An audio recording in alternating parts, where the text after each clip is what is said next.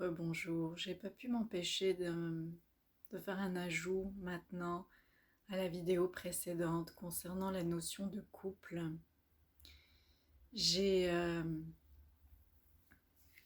quelque chose m'est apparu, j'ai pris conscience d'un élément important dans ce que j'ai dit dans cette autre vidéo.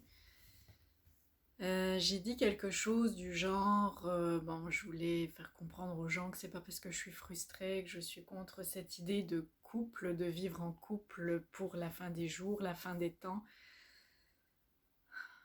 On imagine même le couple qui survit à la mort, n'est-ce pas, dans l'au-delà.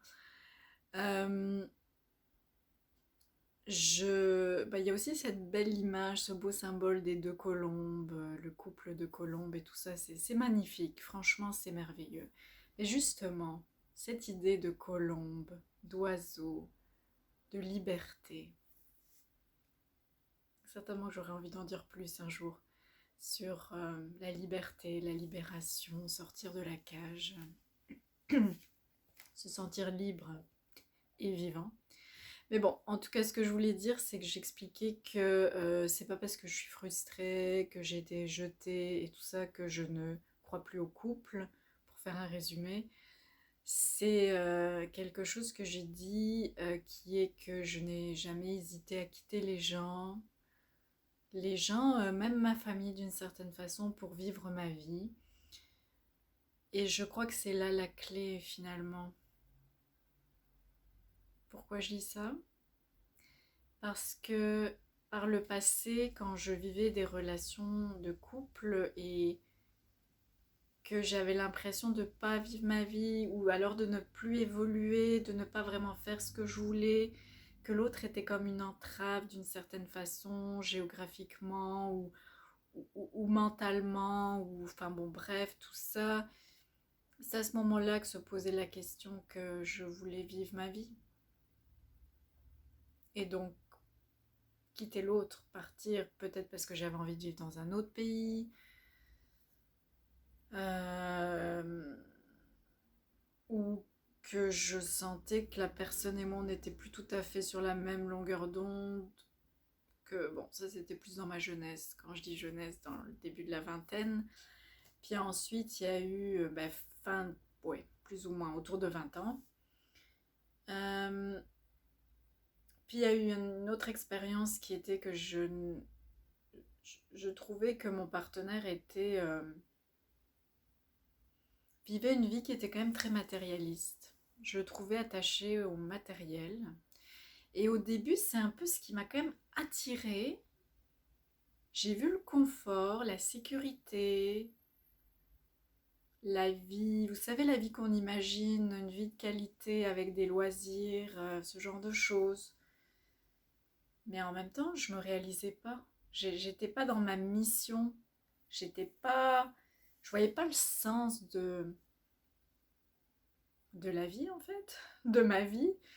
Donc quelque part, ça pouvait pas aller. Ça pouvait juste pas concorder parce que mes aspirations étaient tout autres. Et ensuite, là où je veux en venir finalement, en parlant de ces expériences, en parlant de ces expériences, c'est un peu pour amener l'opposé, le contraire, je dirais le pendant, mais c'est peut-être un peu différent du pendant. C'est que finalement, en étant soi-même, en vivant sa vie, on n'a plus besoin de quitter qui que ce soit en fait.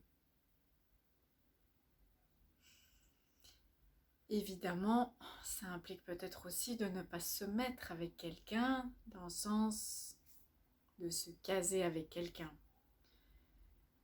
Faudrait voir, ça dépend de la personne, ça dépend des circonstances, ça dépend de tellement de choses finalement.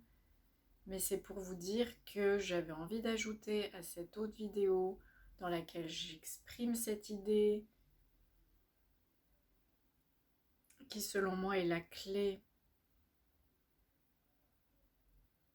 pour vivre en fait la vie qui nous ressemble, qui nous convient, dans laquelle on se sent bien, on se sent soi-même. Alors c'est sûr que de rencontrer quelqu'un avec qui on a les mêmes aspirations, les mêmes projets, qu'on est quand même sur la même longueur d'onde, c'est génial. Ça peut durer seulement un temps, ça peut peut-être durer toute la vie. Ça dépend de tellement de choses en fait. Ça dépend de qui on est. Ça dépend de qui l'autre est. Parce que pour former un couple parfait, on est censé s'entendre sur plein de, entre guillemets, variables, plein de dimensions, y compris la dimension sexuelle en principe. Enfin, encore là, ça dépend de ce que sont nos aspirations, de ce que le bien-être pour nous veut dire, parce qu'on a chacun sa conception du bien-être. On est tous uniques. Être bien pour quelqu'un ne veut pas dire être bien pour une autre. Donc voilà ce que je voulais ajouter. Merci.